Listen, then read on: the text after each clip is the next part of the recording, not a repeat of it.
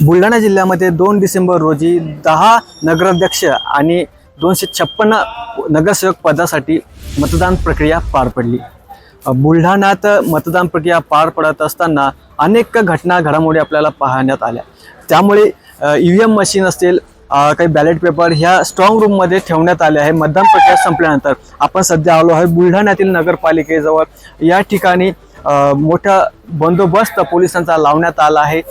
सीसीटीव्हीची नजर या strong room वरती असणार आहे। आपण सध्या सीसीटीव्ही पाहूयात की हा कसा पहारा या ठिकाणी देण्यात येणार आहे।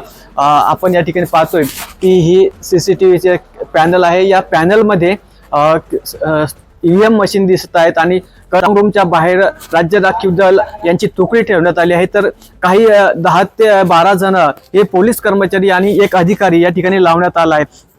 मोठा कडक बंदोबस्त या ठिकाणी लावण्यात आला आहे। या ठिकाणी पोलिसांची व्हॅन किंवा आणि तुकडी ही रेग्युलर या ठिकाणी पेट्रोलिंग करते आहे आणि असा या ठिकाणी कडक असा बंदोबस्त लावण्यात आला आहे। आणि 76 बुलढाणा नगरपालिकेमध्ये 76 बूथ वरती ही मतदान प्रक्रिया पार पडली आणि त्या मतदान प्रक्रियेतील ईव्हीएम मशीन ते आहेत या बुलढाण्यातील नगरपालिकेच्या सभागृहामध्ये वरती ठेवण्यात आला आहे। या सभागृहामध्ये जाण्यासाठी कडक असा बंदोबस्त लावण्यात आला आहे आणि या ठिकाणी एक तुकडी राज्य राखीव दलाची आणि पोलीस कर्मचारी हे 10 आणि एक अधिकारी असा या ठिकाणी कडक असा बंदोबस्त लावण्यात आला आहे। बुलढाणा नगरपालिकेच्या लढत ही चुरशीची झाल्याचे आपल्याला पाहायला मिळालं।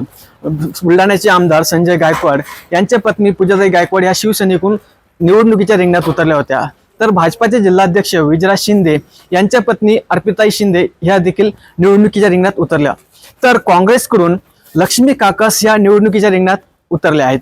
ही लढत अशी तिरंगी लढत झाल्याचे आपल्याला पाहायला मिळालं आणि 2 तारखेला मतदान प्रक्रिया पार पडल्यानंतर 3 तारखेला ही मतमोजणी होणार होती। मात्र जिल्ह्यातील जी काही नगरपालिकेची निवडणुका रखडल्या होत्या त्या 20 डिसेंबर रोजी मतदान प्रक्रिया होणार आहे आणि 21 डिसेंबरला ही मतमोजणी होणार असल्याने या ईव्हीएमचा हा जो काही निकाल आहे तो थांबवण्यात आला आणि 21 डिसेंबर रोजी हा निकाल देण्यात येणार आहे। त्यामुळे या ईव्हीएमच्या मशीनची सिक्युरिटी सुरक्षा अशी चोख बंदोबस्त असा लावण्यात आला। या ठिकाणी सुरक्षासाठी राज्य राखीव दल आणि पोलीस कर्मचारी ही तैनात करण्यात आणि इथं कडक पहारा असा ते देत आहेत।